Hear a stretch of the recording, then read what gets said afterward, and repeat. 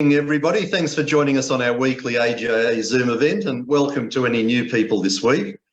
We also have people watching on Facebook and some who listen to the audio replay, which is broadcast every Thursday at midday and Sundays at 4 p.m. on J-Air Community Radio. That's at FM 88 in Melbourne or at j-air.com.au everywhere else. Welcome to you all. My name is Alan Friedman. I'm Vice President of the Australian Jewish Association. And on your screen, you can also see David Adler, who's President of the AJA, as well as our special guest for tonight, Naomi Khan from the Regavim movement. And the talk tonight is how Israel lost the Negev to the Bedouins, but I've got a feeling we might just touch on something very briefly beforehand. The format will be a presentation from Naomi and then questions. And as I always mention, if you're not familiar with our system, if you want to ask a question, we ask you to raise your hand electronically. The way to do that is click on the reactions icon at the bottom of the screen. You'll see a little hand and you can click that, and that lets us know that you want to ask a question. You can put written questions on the chat function. Robert Gregory, our Director of Public Affairs, may or may not be with us tonight. If he is, he can read some of them out. If not, we will try to keep an eye on it and read them out if we can. Now, Israeli Bedouins have been part of the Israel landscape for probably 150 years or so, but their nomadic culture has inevitably been at odds with Israel as a modern Western-style state. In the 19th and early 20th centuries, neither Turkish nor British occupiers of the Middle East could conceive of any kind of modern life in the desert, so the Bedouin were largely left to their own devices. All that changed, of course, with Israel's War of Independence in 1948, which at its conclusion meant that about 11,000 Bedouin remained in the Negev. The newly independent Jewish state saw the Negev as a potential area for growth and development and gave little thought to the Bedouin living there. Fast forward 100 years and the Regavim movement, an organisation dedicated to preventing illegal seizure of state land and protecting the rule of law in Israel, is not happy with the way the government has abandoned the Negev as part of the Zionist vision. A book called Bedouistan by Meir Deutsch has just been released, and to tell us more about this, we're delighted to welcome back Naomi Khan, the Director of Regavim's International Division, who was last with us about 2 years ago. Naomi, welcome back to our AJA Zoom events, and thank you for your time. Thank you for inviting me. Now, Naomi, just before we start, we do need to take a few minutes, just 5 minutes, to get your take on the election result where the right-wing bloc seems to have had a stunning victory. What do you think about it all? Well, I will start with a caveat, which I've expressed already privately, and that is things can change rather drastically before the final vote count is in. Because of the system we use here, the proportion, the number of votes that each party needs to get to pass the threshold is dependent on the number of votes cast and the percentage each one gets. So until the very last vote is counted, there are several parties that are scraping the threshold right now. If they do pass that threshold, all of the percentages for all of the parties that already have their votes tallied will change. So it's very difficult to calculate the precise result. That being said, the overall, let's say, the overall color of the results is fairly clear.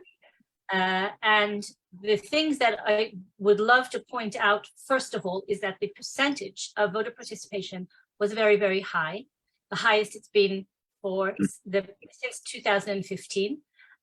It's an impressive number. It's an important number. It's a legitimizing number.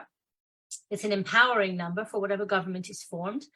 And I believe that it is a result of the fact that the previous government was not to the liking of the majority of voters, even in the last elections, and people wanted to make sure that that didn't happen again.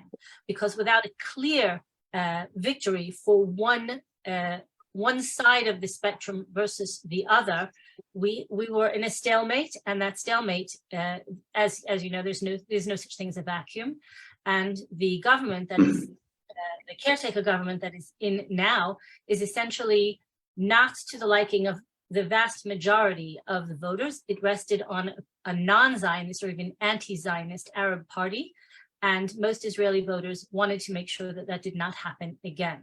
So many of those anti-Zionist politicians who were in charge essentially of this country in the previous year and a half have been voted out, including by their own people. So that's an important thing. And in general, I think what we can say from the results of the election is that the left-wing parties in this country that focused on political issues and Palestinian versus Israeli issues were selling something that no one was willing to buy. No one's willing to buy it anymore.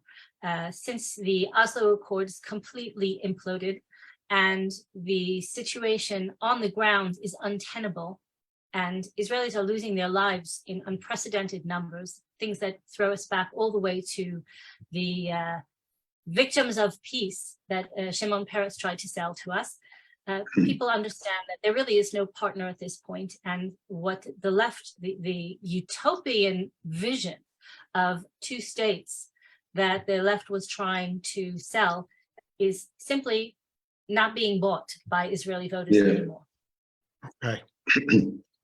Okay, no, thank you very much. That's a nice little summary to date, and I think all of our audience will be watching with great interest.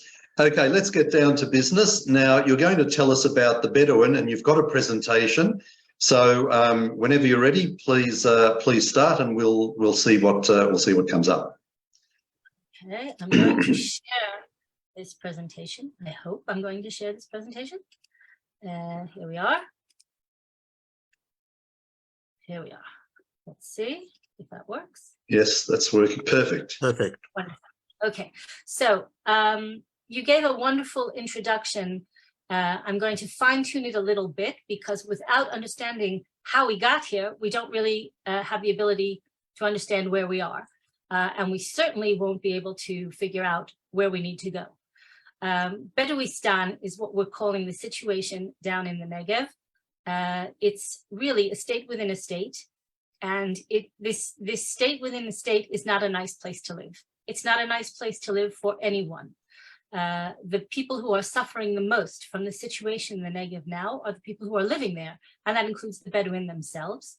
And we have to understand how this situation arose and what can be done about it, because it's become such a big problem that it is actually a threat to the future of the state of Israel as a whole.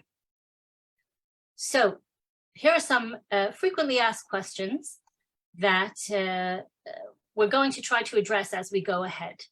But there are things here that they may not be frequently asked questions among Australian viewers, because they won't even believe that some of this is actually the truth. For example, every Bedouin citizen of Israel in the Negev is entitled to a free plot of land, only Bedouin. And the state of Israel gives this plot of land to them for free, simply for being born in the Negev. That is true for every Bedouin, his children, and his grandchildren. How is it possible that the Negev has the highest rate of polygamy in the world and one of the fastest growing populations on planet Earth because of that practice, even though polygamy is illegal in the state of Israel and has been since the state's inception? How is it that the pollution of the Negev is so rampant, including, for example, just one of the topics that we've been very, very active about and actively pursuing, illegal petrol stations that are all over the Negev. They're costing the Israeli economy hundreds of millions of shekels every year, and they're destroying the ecology of the Negev and of Israel as a whole, and the government has done absolutely nothing about it. We'll discuss that as well. And in a more general question, who are the Bedouin? And why does the United Nations consider the Bedouin the only indigenous population in Israel? These are all very strange things, and the questions essentially were made to introduce you to some of the very strange problems that we're facing. Excuse me 1 second, I have to close the door.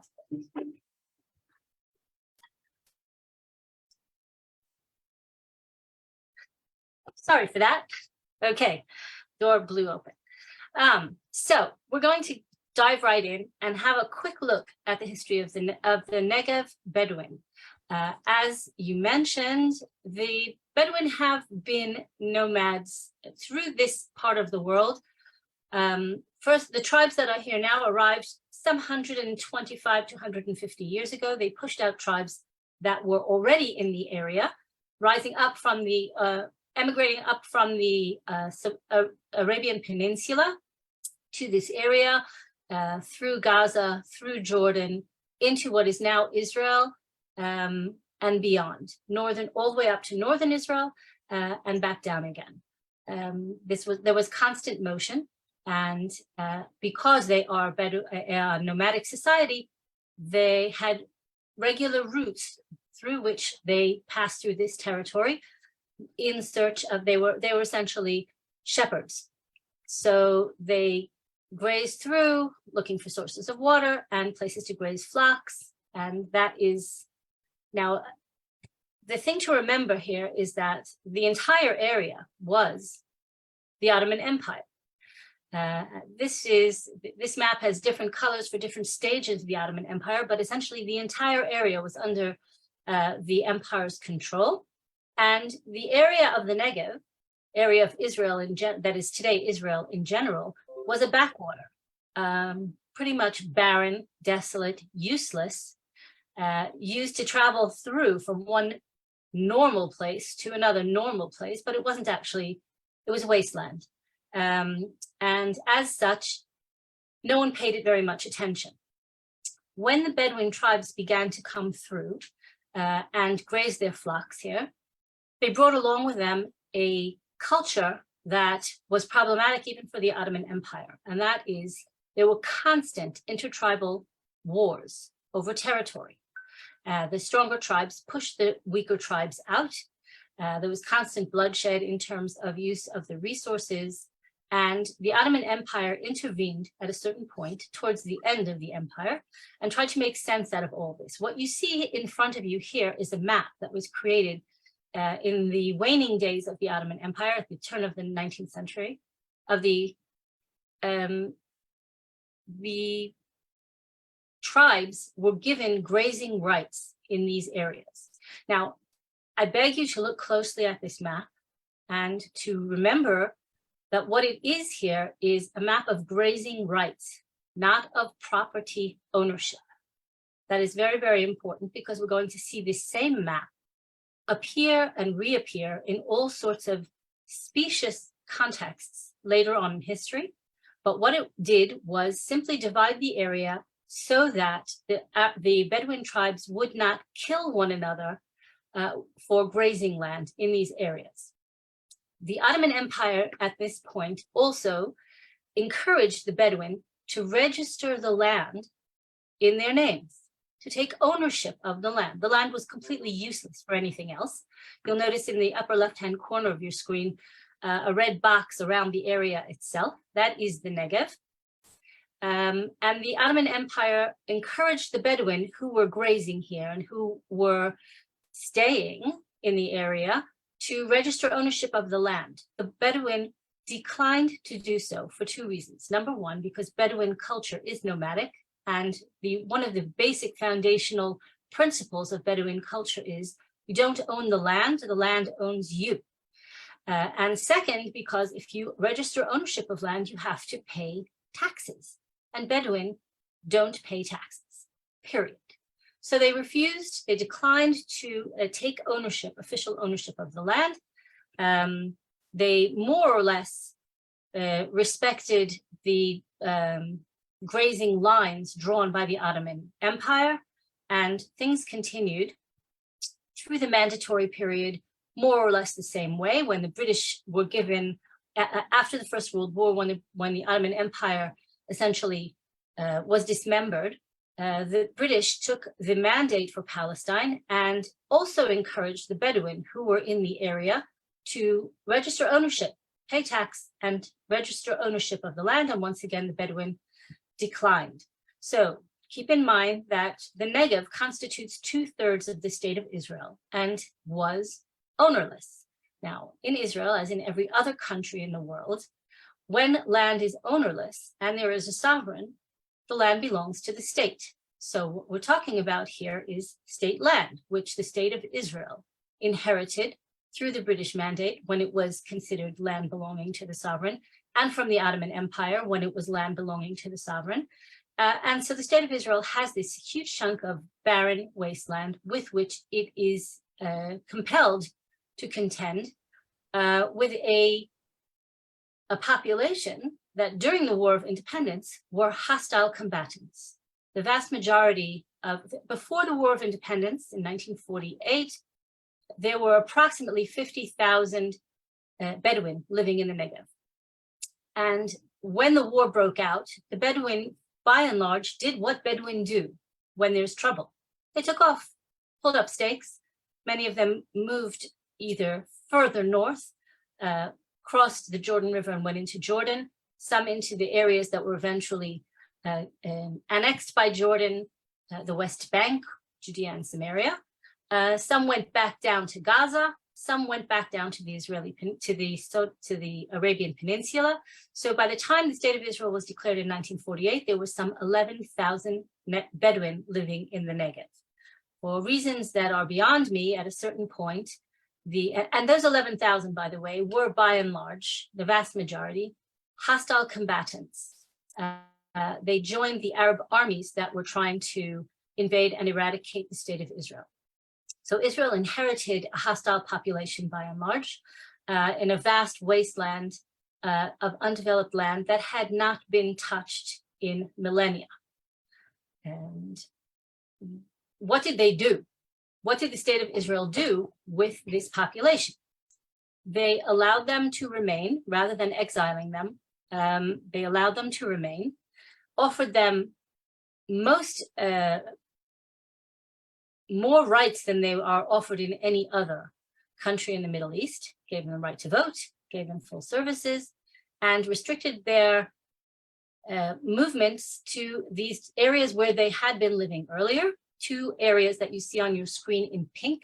They are called the Saig, which really means fenced off area, essentially in an area formed by the triangle between Beersheba, Dimona, and Arad, and were placed under military rule, both the Bedouin in southern Israel, in the Negev, and the Arab populations up in the north of Israel, in the Galilee. Because these were enemy populations and the state of Israel had to figure out exactly what to do, they were kept under military administration, and all of their services, the same services that all Israelis received, were given to them through a military governorship. This continued until 1966, when the state of Israel understood that these populations were no longer hostile and offered them full and equal citizenship rights and the right to live anywhere in the state of Israel, to buy and sell property, and to register property to their names.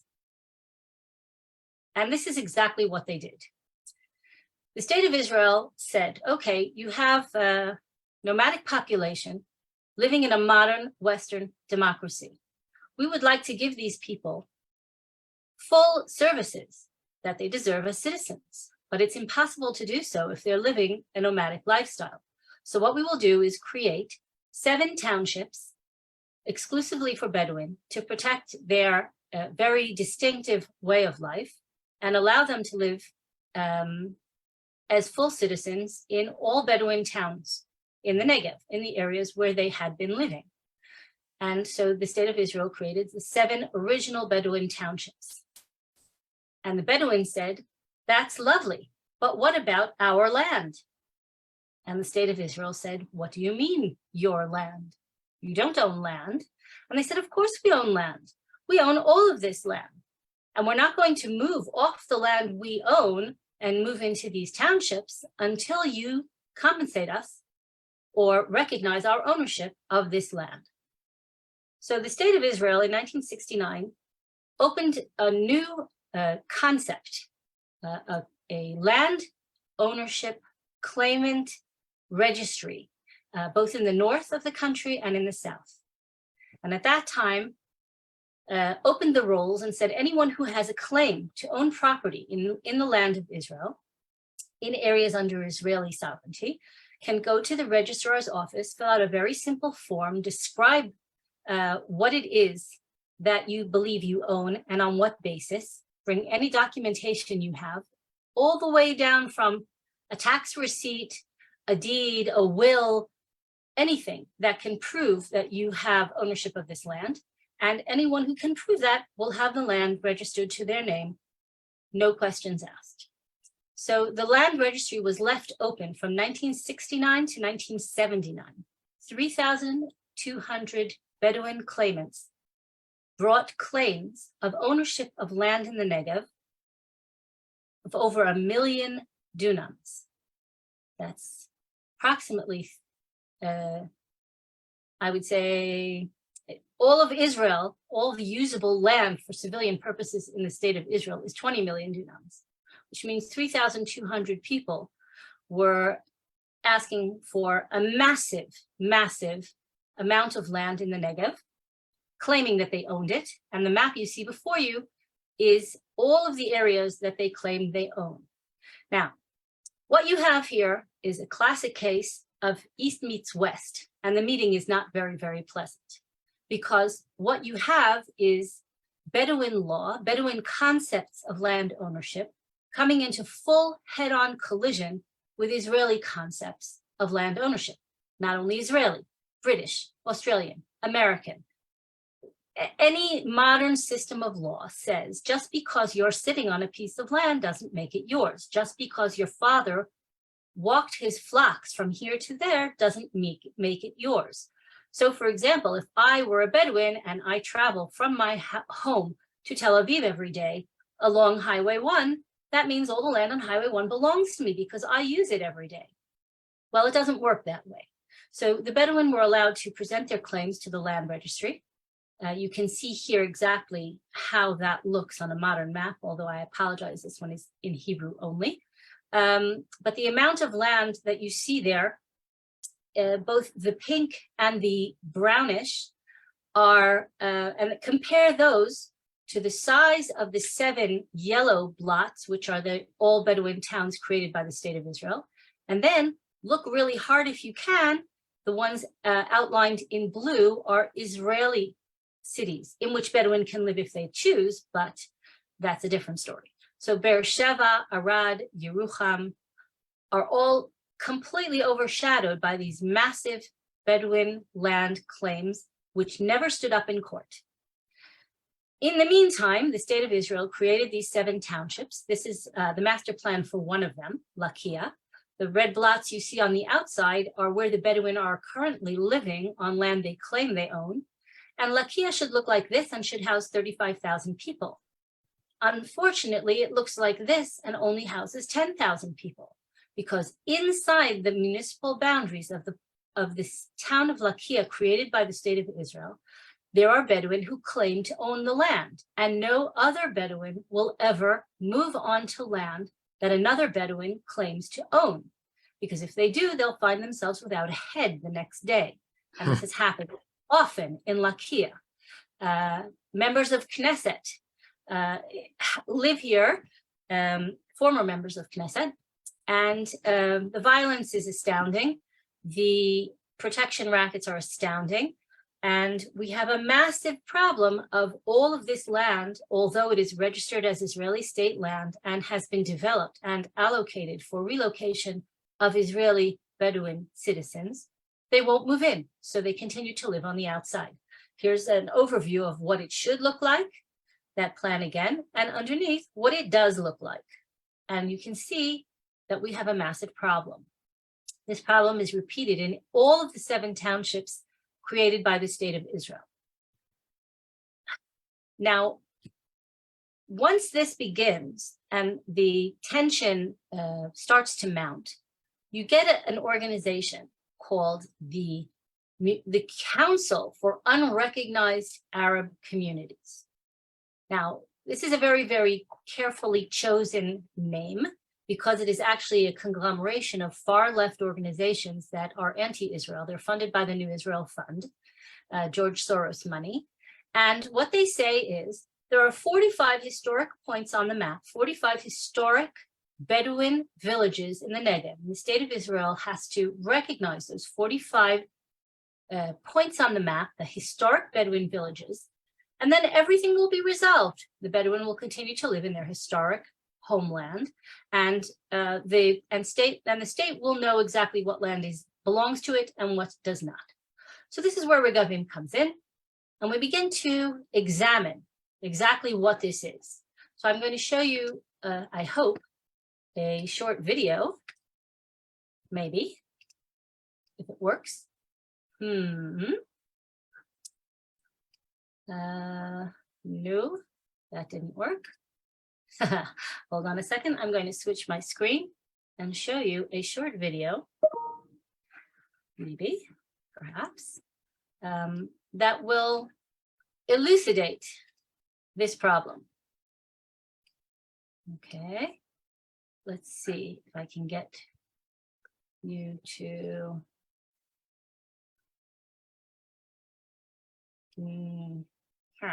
I'm trying to share another screen. I'm going to new share.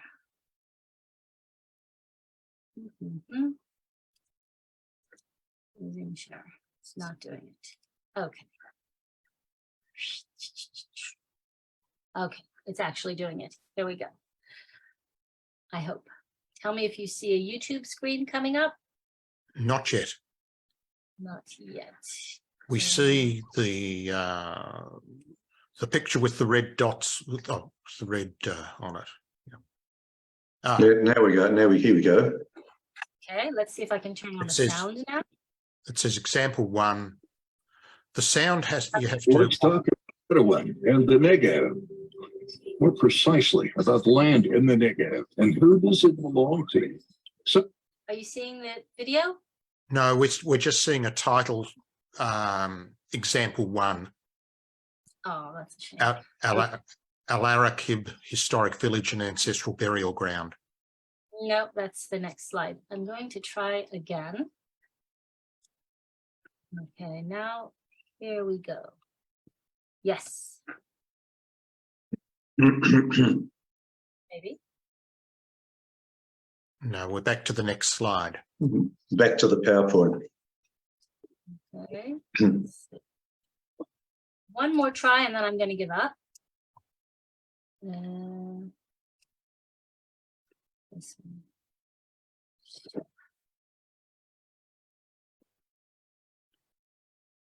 Is it in the PowerPoint that you sent to me? It's a link behind the PowerPoint, but it seems not to like me doing it that way.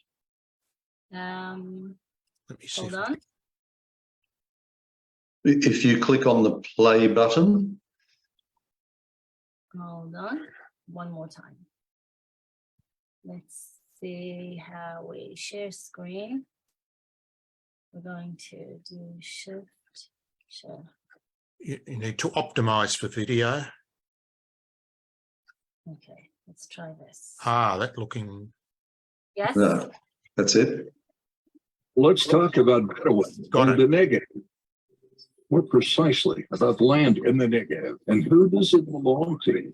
Some say that the Bedouin have only 45 illegal villages, but they're asking the state to recognize only 45. That doesn't sound so terrible. Let's take a closer look at these 45 villages. Is this a village? And what about this? And these? How about these? And these? And all of these?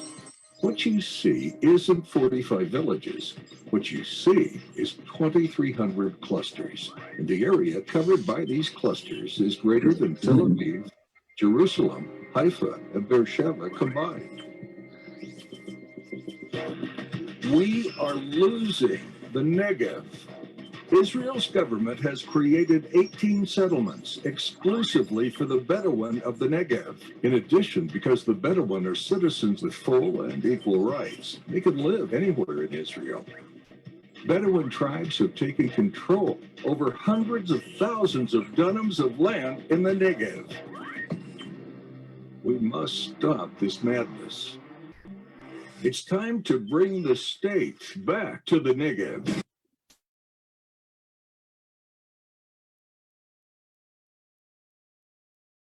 If you agree, please share. So that was a video that we created a few years ago. The situation has only gotten worse since, but we're going to go back to our presentation. I'm going to show you now, quickly run through some slides. I don't want to run out of time, but this is one of those 45 points. This place is called Al-Arakib. To date, 205 times the Israeli government has come in to demolish this. What you see here is what is claimed to be a village and a cemetery, an ancient Bedouin cemetery and village, one of the 45 historic points. So we did what we always do, and we just went back and did archival research. And here you see the exact same area in the ancient history, right? 1989, not that long ago. There's no village, there's no cemetery, there's nothing. Now, often what you'll hear are claims that these places existed, but when Israel came in, the Bedouin ran away. So now we went back even further. You see any village or cemetery? No. Here's 1965, before the Six-Day War, nothing there. We went back even further and even further. There's nothing there. So there never was, and all of these 45 points are completely fictional.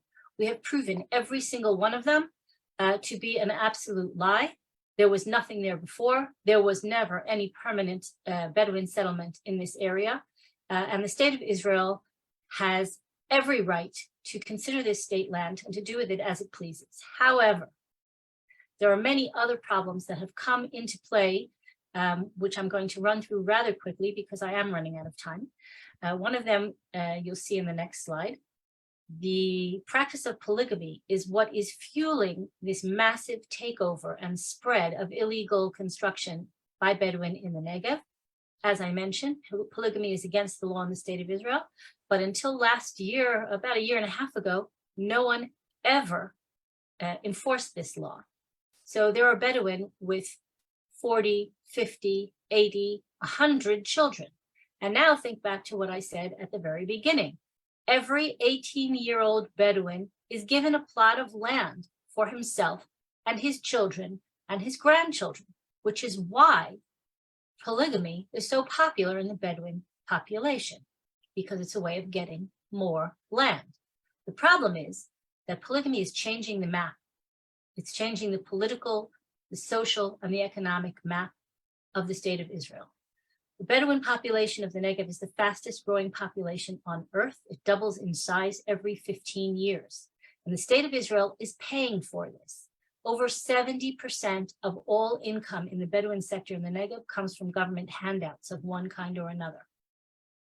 This cannot continue. The state of Israel cannot continue to support this illegal practice, aside from the massive social problem from the abuse of women, from the neglect of children, from the failure of all socioeconomic systems to support this. It simply can't go on.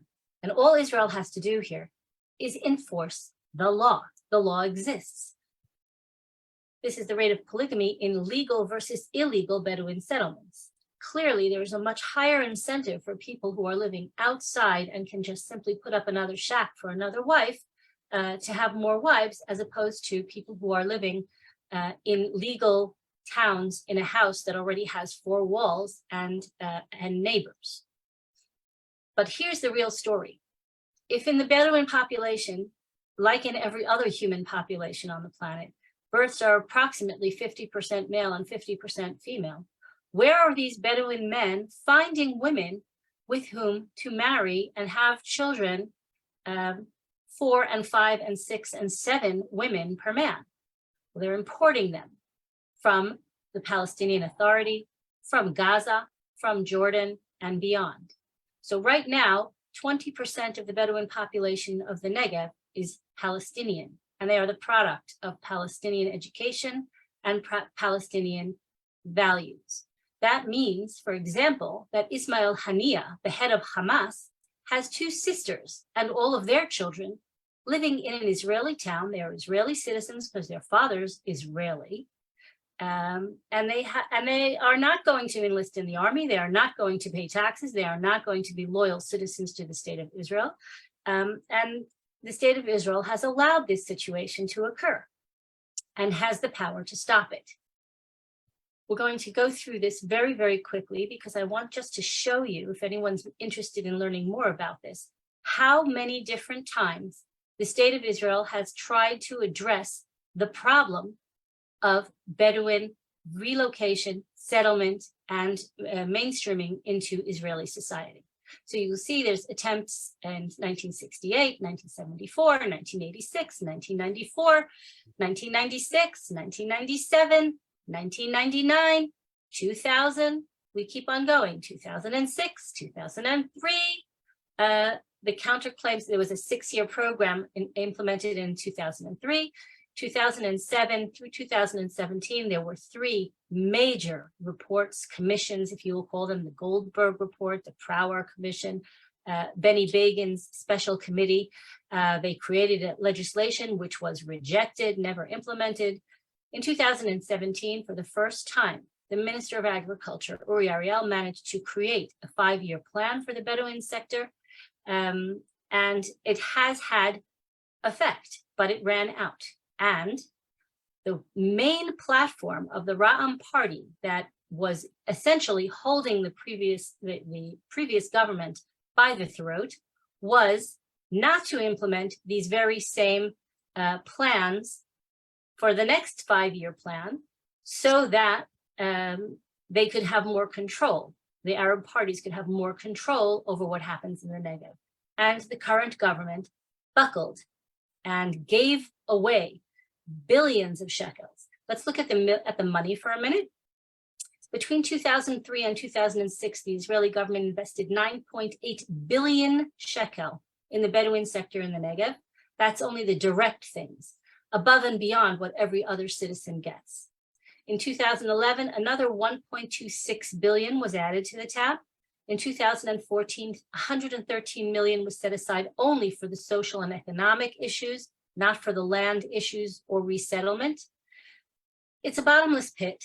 The Bedouin of the Negev are funded more than any other segment of Israeli society, including the Haredi society, which is often called parasites and a drain on the economy. This is far, far greater by any measure. And the state of Israel does not know what to do about it. So what you see here is what these illegal Bedouin structures, what the quote unquote unrecognized communities look like. And you say, these people are massively underprivileged. We have to do something. How can you allow citizens of the high-tech powerhouse, the state of Israel, to live like this? Well, the state of Israel gives them, each one of them, 250,000 shekel plus a free plot of land for themselves, their children, and their grandchildren, each one separately at age 18, in order to relocate.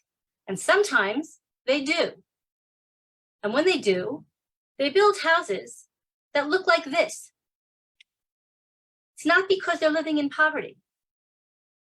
It's because they choose to stay in those shacks on land that they claim to own, rather than to live like this in a mansion on free land, tax-free, with 250,000 shekel paid per wife, which is another incentive to take more wives. And the state of Israel continues to make their relocation offers better and better and better, incentivizing the Bedouin essentially to remain in their squatters' camps and not to move into the legal communities so that the government can reclaim the land on which they are squatting.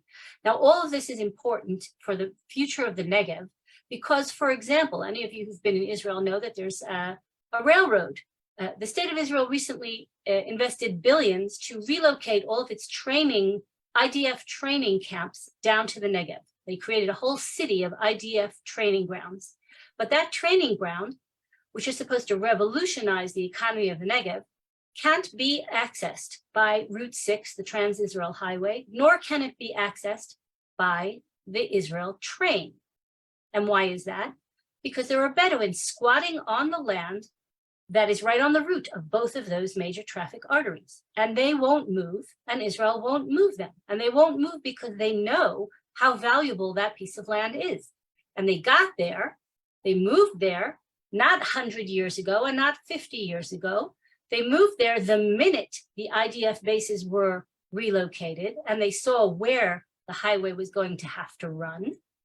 And that's when they decided to squat on that land. And in any normal country, they would be removed immediately. As a matter of fact, in Saudi Arabia, where they're now planning this massive project out in the desert called Neem, they simply beheaded Bedouin who refused to relocate from the area that was slated for development. We don't want to be them. We don't want to do that. But the state of Israel should have the ability, if every possible consensual arrangement is offered and rejected, to actually remove these people by force because they are hindering the development of the entire state of Israel.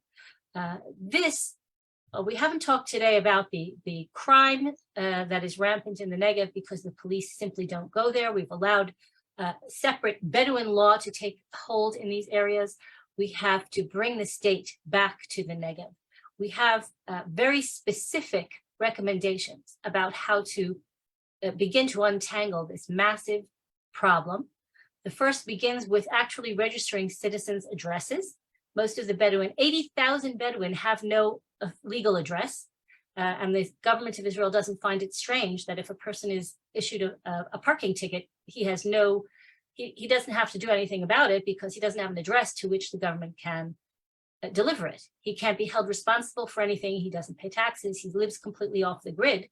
And 80,000 Bedouin in the Negev are living this way. They're citizens with full rights, but zero responsibilities. And that has to end. We have the technology to fix that, and it has to be done immediately. We have to stop the government's program of legalizing squatters camps, because if you give legal recognition to things that were built without any planning, you can't lay roads, you can't bring in high-speed internet, you can't make a sewage system under already existing houses, you can't plan health clinics and schools. So we have to stop doing that immediately. And we have to simply build new modern communities and move people in without linking this to resolution of their ownership claims. Those ownership claims have to be handled separately in court, separately and finally. But creating new communities should be done on the basis of need and not on the basis of any sort of negotiation regarding outstanding ownership claims.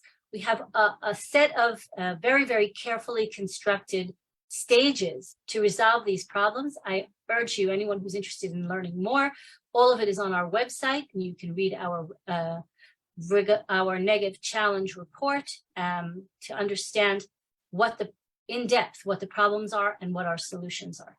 So I'm going to stop here for questions.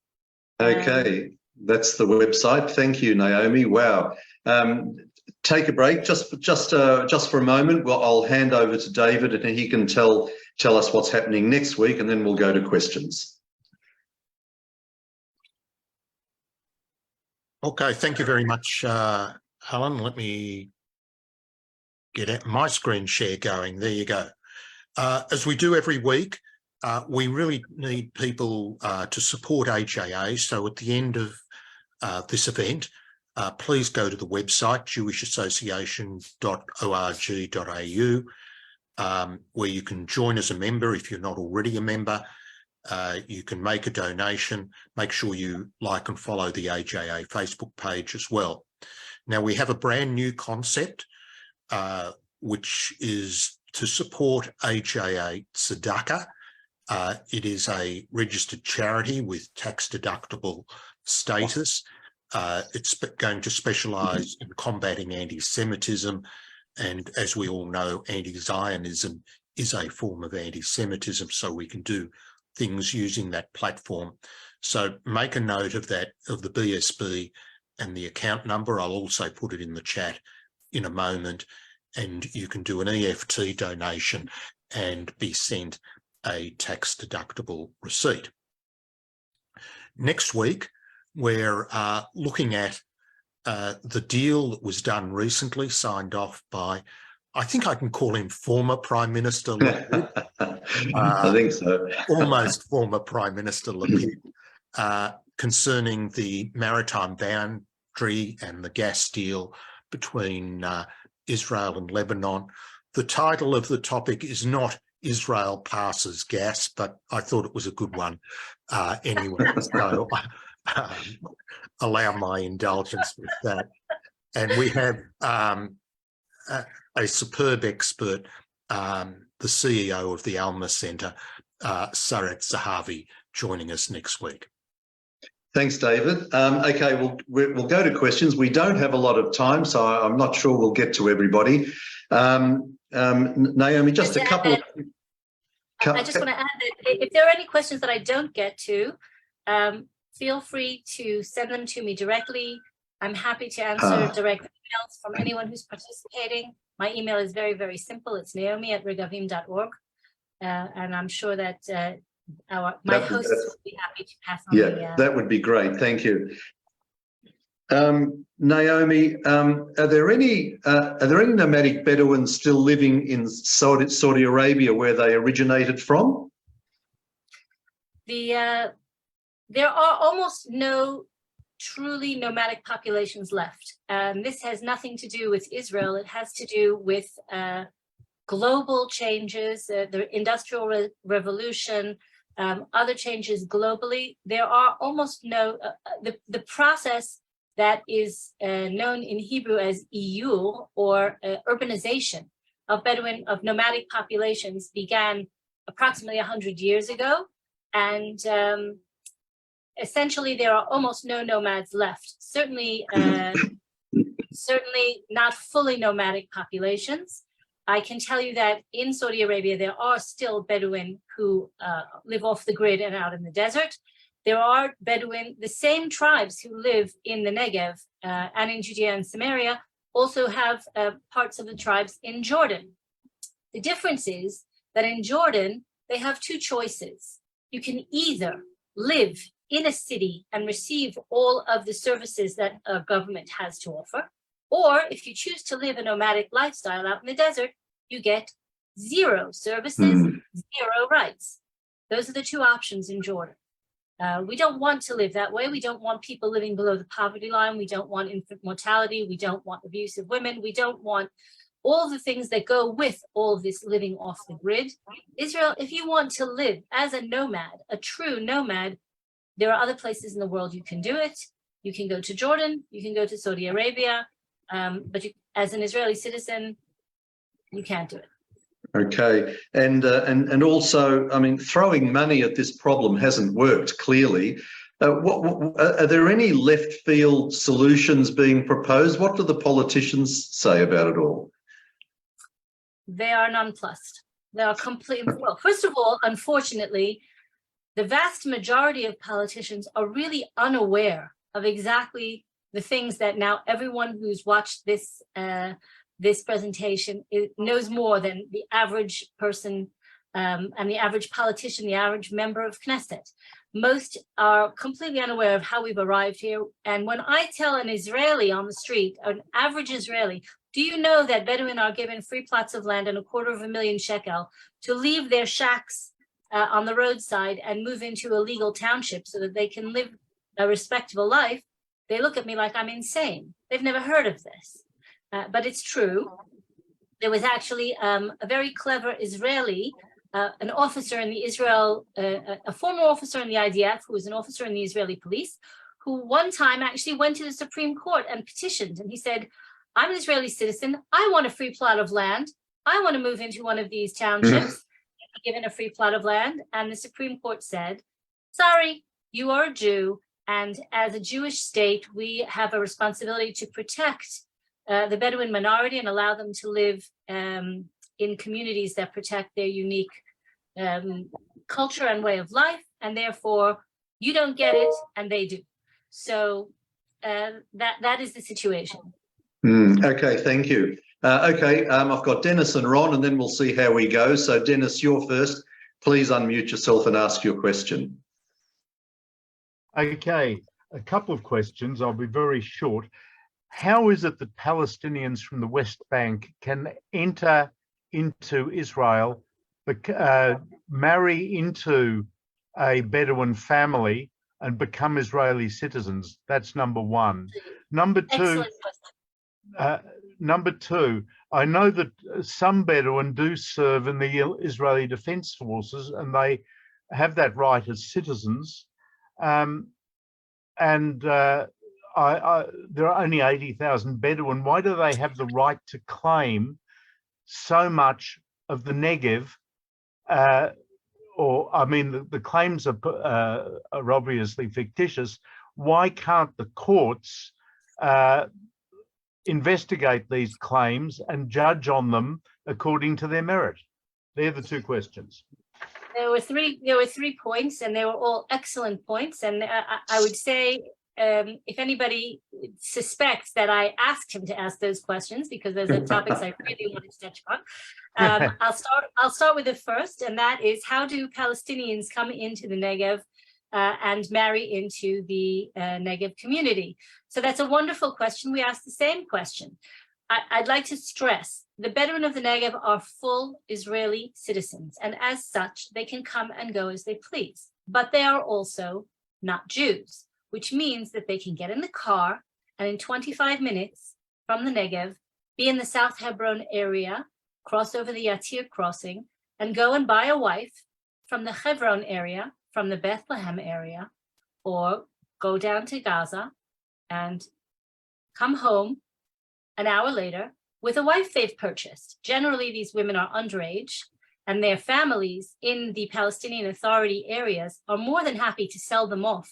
They call it a dowry, but they're more than happy to sell them off to these Israeli citizens, because they know that in Israel they will have healthcare, they will have social welfare, they will have education, which they do not get from the Palestinian Authority.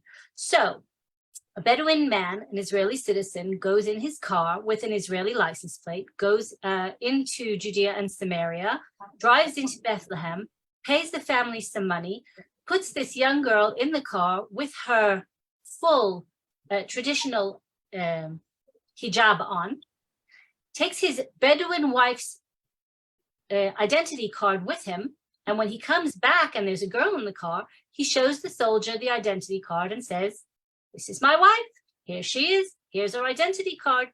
Now, of course, an Israeli soldier, being culturally sensitive, will never ask to have someone's hijab removed, and will never look at a Bedouin woman, because that's simply not done. So they simply bring them over the border, and they are in Israel illegally. Now, both of these things are crimes. Polygamous marriage is a crime. Bringing in illegal residents is a crime. Harboring an illegal is a crime. And these women can never go back where they came from. Once they are married, they cannot go back as single women ever again. They have no voice. They are in Israel illegally, so there's no one really knows what's going on with them.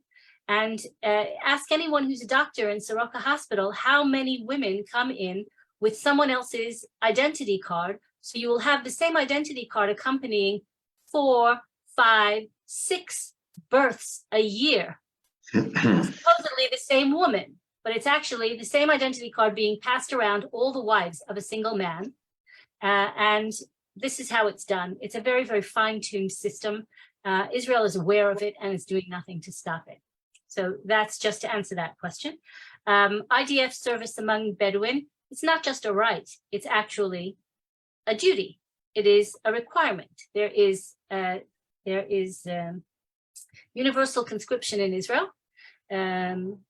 Bedouin I was raised on the myth that Bedouin are, loyal by and large and serve in the IDF, and they are our friends. Does anyone want to take a stab at guessing the percentage of Bedouin who are required to serve in the army who actually draft? No. I'll cut to the chase. It's less than 1% at the Oh. moment. Less than 1% of all those who are required to serve who actually serve. That's the situation right now. These are young people who are born in dysfunctional, polygamous homes where the father doesn't generally even know them after they're born. He collects social welfare checks for them. Some of these men have 80 to 100 children with 7, 8 wives. They live in disenfranchisement with a feeling that of neglect and anger, and it is no wonder that the crime rates and the social problems are off the charts. The other thing I would just correct you is when you asked, you said there are only 80,000 Bedouin. That is incorrect. There are currently some 300,000 Bedouin, and in 15 years that means there will be 600,000 Bedouin.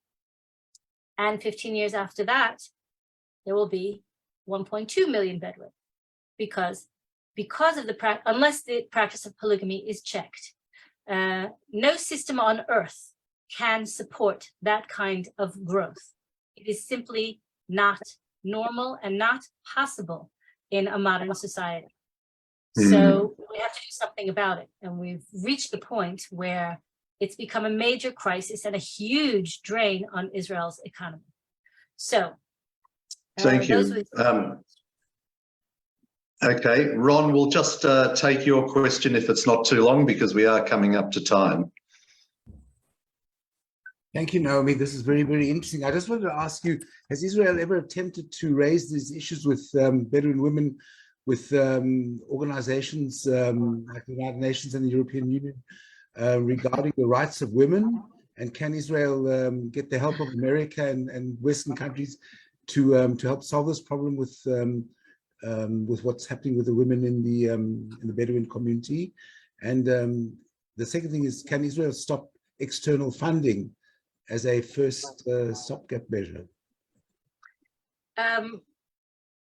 It would appear to be what Americans would call a no-brainer, that the United Nations and other international organizations and women's rights organizations and politicians across the entire political spectrum would be up in arms and militant about the practice of polygamy and all of its ill effects on women and children.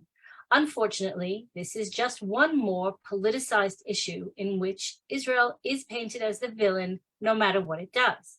So when Regavim began to look closely at the issue of polygamy and to try to combat it and to try to get the government to act on it, we approached Bedouin women's rights organizations and other organizations that work for social welfare causes and for children, etc., in the Negev to partner with them. And they absolutely refused, because their answer every time to every question is, it will all be solved if you give us our land.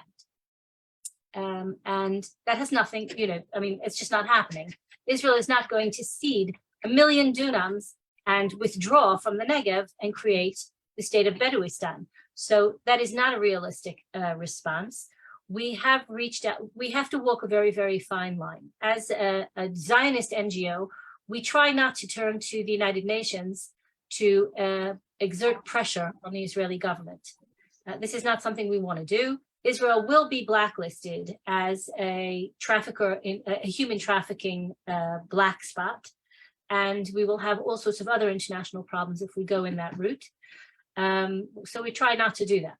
We're trying to work with the Knesset, and we did manage to get the government to establish under the Minister of Justice 2 times ago, who was at that time Ayelet Shaked. She established an interministerial committee to combat polygamy. which would bring all of the various strands that are involved here, the national insurance and education ministry and the housing ministry and all these other things, the police and all of them under one umbrella to actually focus on the issue of polygamy and to try to stamp it out. And we, Regavim, are sitting members of this committee, so we try to oversee it as well. The funding isn't the problem. Funding isn't the problem. Whatever funding, it's one giant black hole. And again, 70% of all the money that is allotted to dealing with Bedouin society is simply government handouts that are encouraging the practice of polygamy and encouraging people to stay in their illegal squatters camps and discouraging any sort of forward movement to resolve these problems. So our reports all include extremely specific, practical, step-by-step recommendations for how to approach this very, very multifaceted problem with cultural sensitivity, but without, let's say, forfeiting the rights of the sovereign Jewish state of Israel. Well, we've come up to time. Naomi, I want to thank you for joining us. You've articulated the situation brilliantly. And often when you look at political, social issues, you can often or sort of see what needs to happen and just getting there is the problem. But in this particular case, I'm just struggling to even see what the answer is, let alone how to get there. So it's a tough job. It's a tough job. Regavim is essentially the only organization that's been working on unraveling this massive problem. It's really a ball, and we've found the ends of several strands, and we're untangling them. And our most recent report actually hasn't been fully translated to English yet. That's because the person who does all the translating, me, is busy with other things like you. So, but we are working on it, and the Hebrew version is here. It looks like this, and it's a massive study, graphs, all data that was collected at our recommendation by the state controller, taxation information, national health, Ministry of Education information, all the ministries that are involved. And we have figured out a path forward, and we are hoping that the new government that comes in, which will not be controlled by an anti-Zionist Arab Islamist party that was using the entire Bedouin issue as its main focal point for gaining power.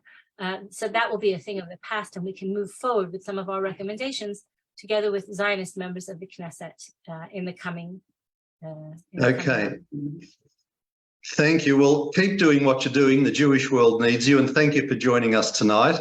It's been absolutely marvelous. And I've put your email address up on the chat, so people can contact you, and they can also go to the Regavim website and have a look what you're doing. And I'm sure that if they want to donate something, they'd be happy. That you'd be happy if they did that too. Indeed. Also, I would just say that on our website, it says contact us, and any message that you send that is in English comes to me anyway, since I am the entire international division. So feel free to just do it from there if you don't have access to my email address. It's all okay. Thank you so much. Thank you so much, Naomi Khan from Regavim. It's been a pleasure to have you.